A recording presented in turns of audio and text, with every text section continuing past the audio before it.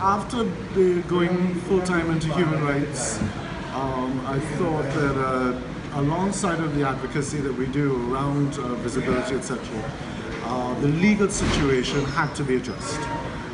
Most of the homophobic religious organizations and other organizations, and even the man in the street, if they believe that it's illegal, then they feel that they're entitled to discriminate against us. They think the law protects them. And the death threats and other negative messages I've been receiving on social media prove that fact. People are showing their Facebook face and name and making death threats. They feel they're entitled, and that's because of this law. This law entitles them to discriminate. So, for me, changing the law is where everything has to begin. And for the community, the response has been incredibly powerful and positive.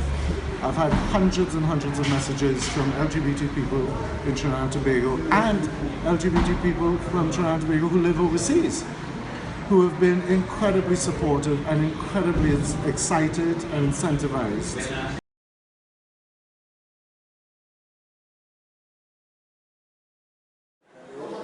Right now, the international response to this challenge has been very poor.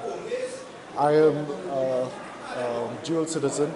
I'm half Trinidadian and half English, so I carry both passports. And so far, the British government haven't really done much for me. And these laws were their laws originally. So I really hope the international community will start to get active. Of course, there's a question of the sovereignty of nations, but we're talking about human rights. And human rights, there is no barrier, there is no wall, there is no passport to human rights. And that is what all, particularly global north countries, need to recognize. They need to be making public statements about what's happening to me this week. And I'm not hearing it. So I'm calling on the international community, particularly United Nations, to start making some statements.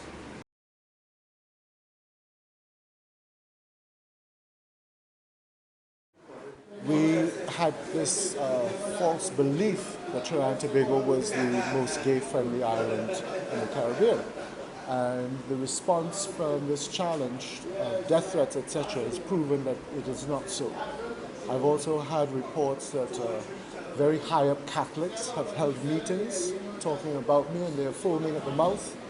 I've had other reports of Muslim groups who are talking about this challenge. So these people are being motivated in their hate.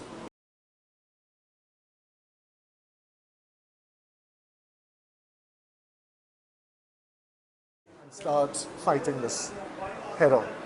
That's what I want this challenge to do. I want this challenge to motivate people to come out of their apathy and get active. When you look at the Stonewall riots of 1968 in New York City, it was again in response to direct attacks.